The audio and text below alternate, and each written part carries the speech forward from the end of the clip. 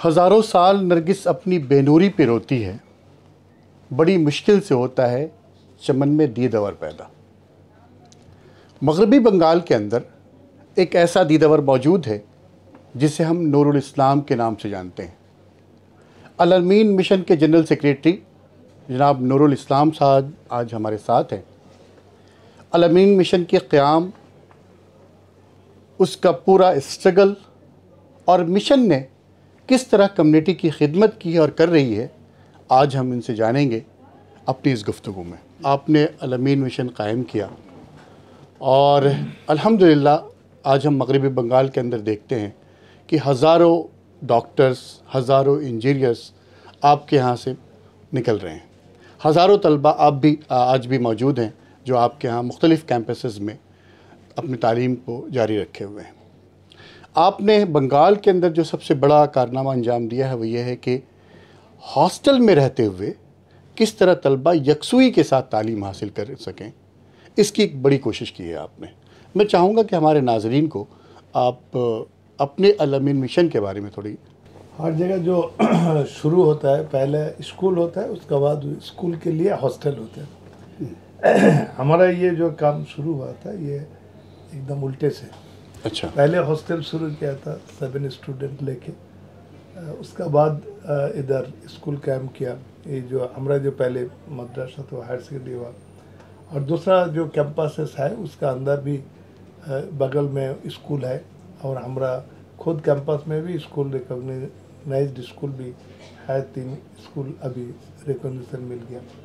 मगर ये जो शुरू हुआ था हॉस्टल देखे, इसलिए कि हम सब ये सोचा उस वक्त से 36 इयर्स बिफोर, उस वक्त देखा कि हमारा कम्युनिटी बंगाल में पर्टिकुलरली वो बहुत पीछे है एजुकेशन में। फाइनेंशियल कंडीशन उसका अच्छा नहीं है, सोशली वो भी बैकवर्ड है, कल्चरली बैकवर्ड है। तो हम लोग सोचा कि ये सबसे बड़ा जो इसमें जो कॉज है वो गार्जियनशिप का ना होना। तो हम लोग ये चाह कि एक ऐसा इदारा होना चाहिए जो प्रॉपर गार्जियनशिप देगा, प्रॉपर पेरेंटशिप देगा। तो ये न्यू कंसेप्ट था उस वक्त, जो हम लोग जो स्टूडेंट को लेगा इधर, उसका पेरेंट्स का पास से इधर हम लोग जो टीचर उसको सेकंड पेरेंट्स का था, तो हम लोग प्रॉपर पेरेंटशिप और गार्जियनशिप उसको देगा।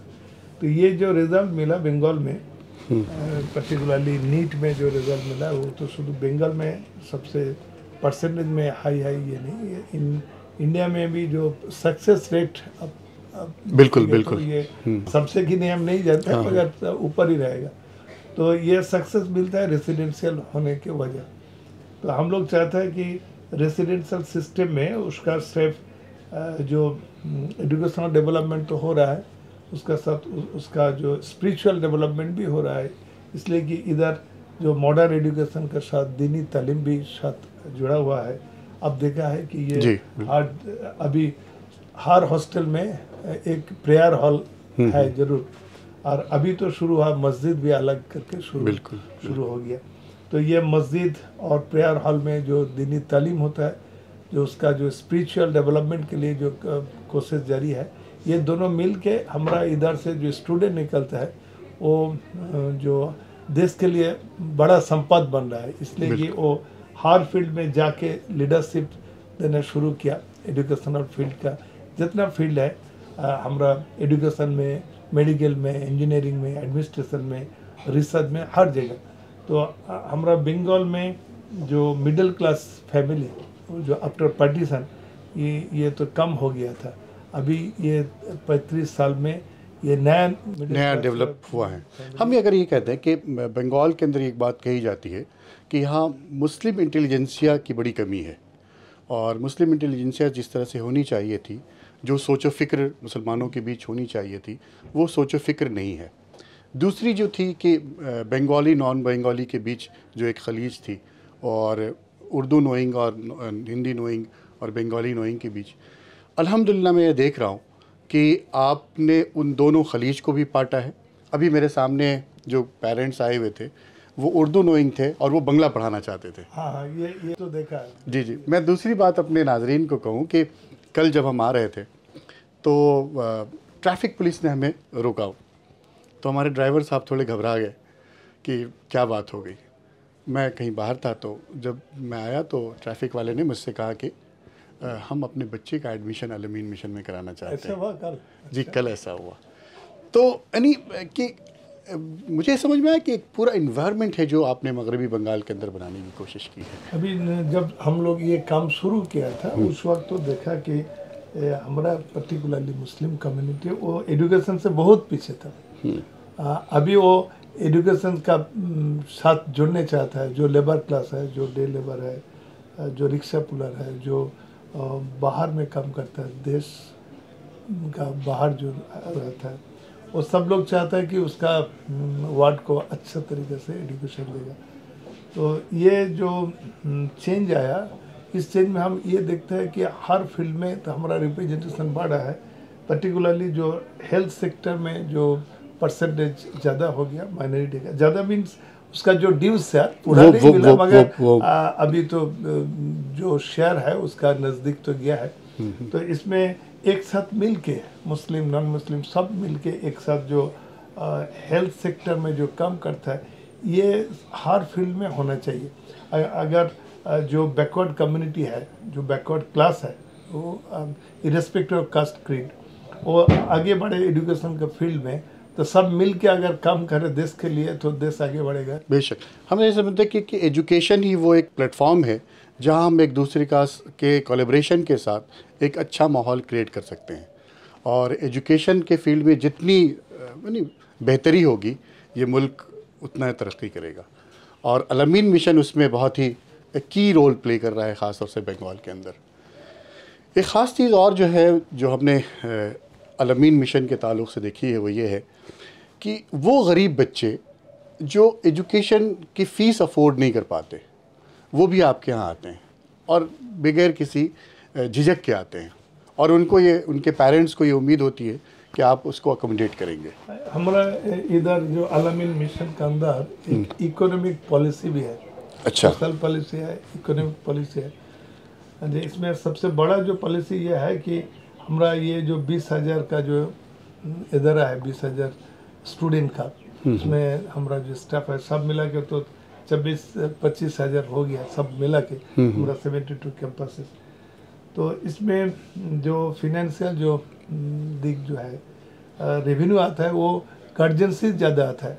गार्जियन से ही आता है, बिल्कुल बिल्कुल बिल्कुल। ज़कात रमजान महीना आता है, रमजान महीना में जो ज़कात देता है वो ज़कात से कलेक्शन होता है। तो इसमें ये पहले से हम लोग शुरू किया था, जो इधर एडमिशन होगा वो मेरिट का बेसिस में ही होगा। हम लोग एडमिशन टेस्ट लेते हैं। एडमिशन टेस्ट में हमारा जितना सीट है, उस सीट से जो डेढ़ा हम बुलाता है उसको इंटरव्यू के लिए, उसमें 2/3 लेता है, 1/3 बाद देने पड़ते हैं, सीट नहीं मिलते। तो उसमें से मेरिट से उसको बुलाता है, और उसको जो फीस के क्या होगा ये डिपेंड करता है उसका कंडीशन के ऊपर, फिनेंशियल कंडीशन।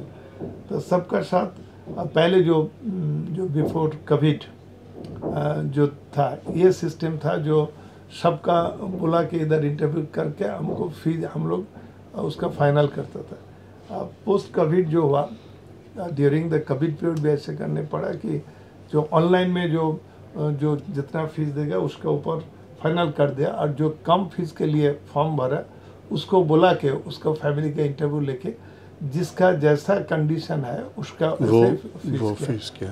तो इसमें हमारा जो यतीम बच्चा है जिसका फादर का डेथ हो गया और मदर का भी ऐसा है, अब्बा माँ है नहीं है दोनों, तो ऑर्फन्स की कितनी तादाद है? ये 700 स्टूडेंट ऐसा है जिसका अब्बा जो यतीम माँ नहीं है। अच्छा। तो इसमें ज़्यादा गरीबी है, most of them poor family से है।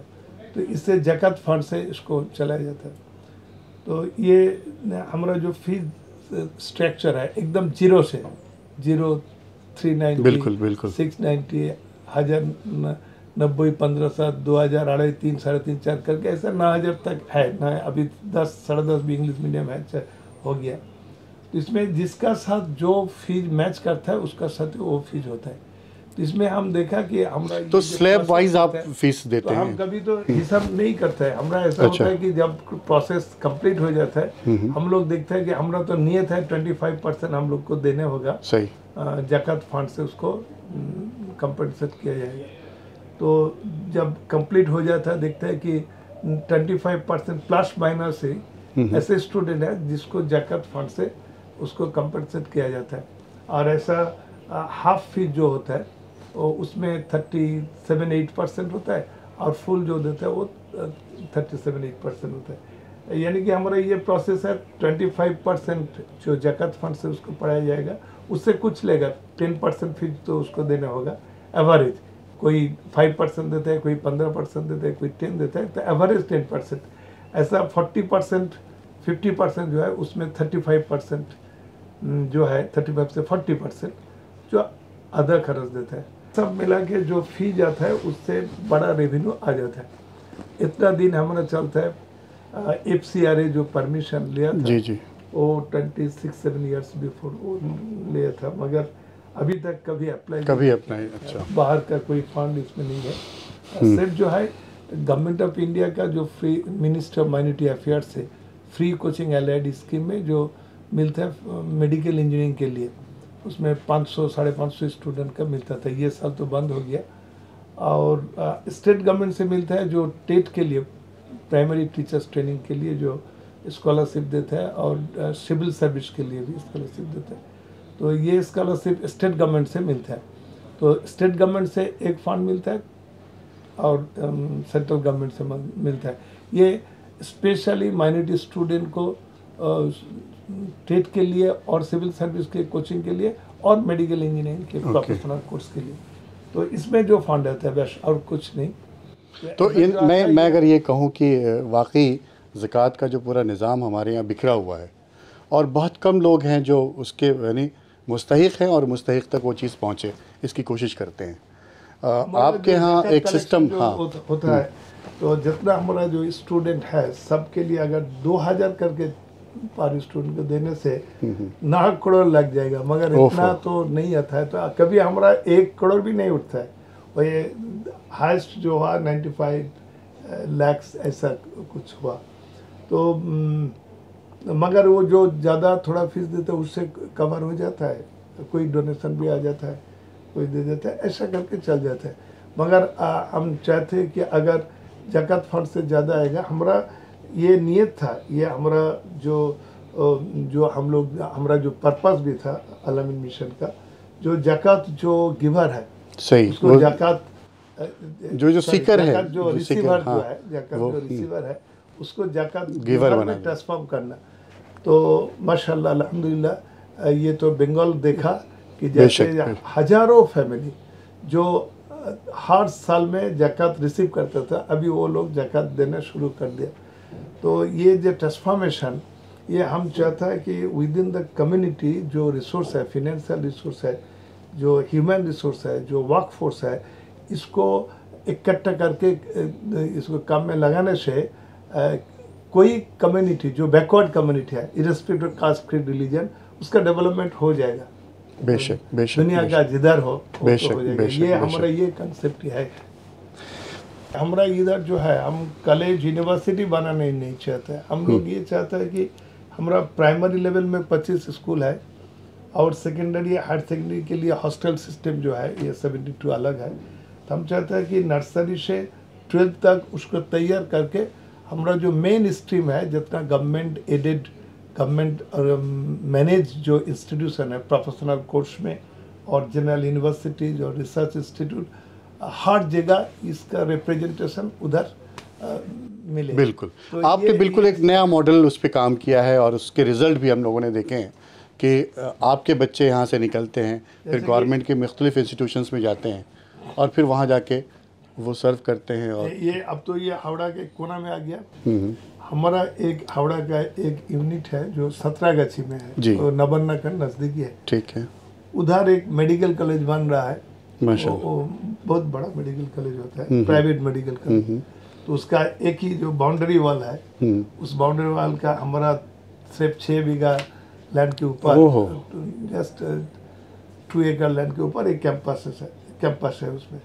तो उस कैंपस से हर साल प्लस माइनस 100 स्टूडेंट को गवर्नमेंट कॉलेज में MBBS में दाखिल होता है। और वो जो प्राइवेट कॉलेज बन रहा है उसमें तो हर साल 100 स्टूडेंट प्राइवेट कॉलेज में जाएगा, उसका तो खर्च ज़्यादा हो जाएगा। बिल्कुल बिल्कुल। तो हमारा ये है कि हमारा जो कम रिसोर्स है उसको अच्छा तरीके से अगर लगाएगा तो वो गवर्नमेंट का जितना इंस्टीट्यूशन है उसमें दाखिल करने से फ़ायदा ज़्यादा होगा। बेशक। और मेन स्ट्रीम में रहेगा, मेन स्ट्रीम में रहेगा, क्वालिटी भी अच्छा होगा। बहुत बहुत शुक्रिया जनाब नूरुल इस्लाम साहब कि आपने हमसे बात की। मैं हूँ दानिश रियाज़ और आज हम खलतपुर में जो अल-अमीन मिशन का मेन ब्रांच है वहाँ मौजूद हैं और हमने अभी गुफ्तगू की जनाब नूरुल इस्लाम साहब से।